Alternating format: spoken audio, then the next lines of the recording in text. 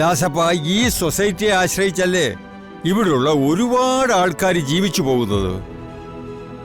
നമ്മൾ സാധനങ്ങൾ സിറ്റിയിലേക്ക് കൊണ്ടുപോയാൽ കൂടുതൽ പൈസ കിട്ടും, അത് ശരിയാണ്.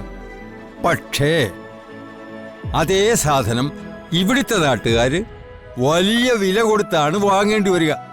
അതെന്തിനാണ്? നമുക്ക് കിട്ടുന്നത് മതിയടൂ. അതുകൊണ്ട് നമ്മുടെ സാധനങ്ങൾ ഇവിടുത്തെ സൊസൈറ്റി തന്നെ കൊടുത്താൽ മതി. അല്ല നമ്പ്യാർ സാർ, ഇതേ പറയുള്ളൂ എനിക്കറിയാം. എന്നാലും ഞാനൊന്ന് ചോദിച്ചതാ. ദാസപ്പ. ഓ ശരി നമ്പ്യാർ സാറേ, ഞാൻ സൊസൈറ്റി തന്നെ കൊടുക്കാം. അതെ, ഇവിടെ ഞാൻ ഏൽപ്പിച്ച കാര്യം എന്തായി? മാളുവിന്റെ ചെക്കനെ കുറിച്ച് അന്വേഷിച്ചോ? അയ്യോ, അവൻ നല്ല കുടിയാ നമ്പ്യാർ സാറേ. കുടിയോ?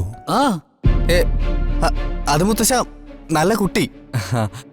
നല്ല കുട്ടിയാണെന്ന ദാസപേട്ട ഉദ്ദേശിച്ചേ? അല്ല ദാസപേട്ട, അതെ നല്ല കുട്ടിയാ. നിങ്ങൾ അവനെ നേരിൽ കണ്ടോ? ഞങ്ങള് അത് മുത്തശ്ശ ഞങ്ങളാളെ നേരെ കണ്ടില്ല. പക്ഷെ ഒരുപാട് പേരോട് അന്വേഷിച്ചവരൊക്കെ നല്ല അഭിപ്രായം പറഞ്ഞേ. ഇത്രയും നല്ലൊരു പയ്യൻ വേറെ ഇല്ലെന്ന് എല്ലാവരും പറഞ്ഞേ. അങ്ങനെ നാട്ടുകാരോട് മാത്രം ചോദിച്ചിട്ട് കാര്യമില്ല. നീ അവനെ നേരിട്ട് കണ്ട് സംസാരിക്കണം. അവന്റെ വീട്ടിൽ പോണം. ഒന്നിനും ഒട്ടും സമയമില്ല. എല്ലാം പെട്ടെന്ന് വേണം, മനസ്സിലായോ? ഓ മുത്തശ്ശ.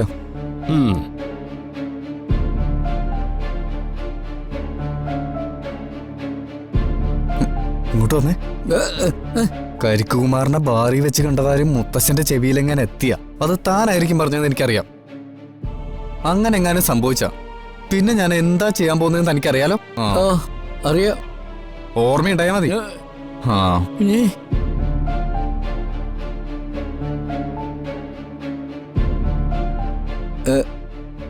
ഈ ആദിക്കുഞ്ഞ് എന്താ ഉദ്ദേശിക്കുന്നത്? ഒരു പിടിയും കിട്ടുന്നില്ലല്ലോ.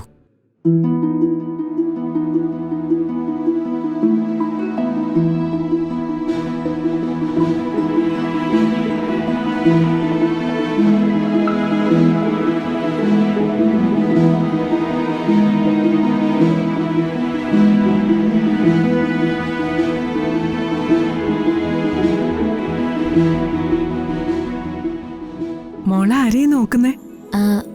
വീട്ടിൽ നിന്ന് എല്ലാവരും ഇന്നിങ്ങോട്ട് വരുമെന്ന് പറഞ്ഞിരുന്നല്ലോ, അതാ നോക്കിയത്. ഒരു വീട്ടിൽ നിന്ന് എല്ലാരും കൂടി ഇറങ്ങുമ്പോ എന്തെങ്കിലുമൊക്കെ താമസം ഉണ്ടാവും. മോള് വിഷമിക്കണ്ട, അവരിങ്ങ് വന്നോളും. അല്ല, പൂജാമുറിയിൽ നിലവിളക്ക് ഇതുവരെ കത്തിച്ചില്ലേ? ഇല്ല. അതെന്താ?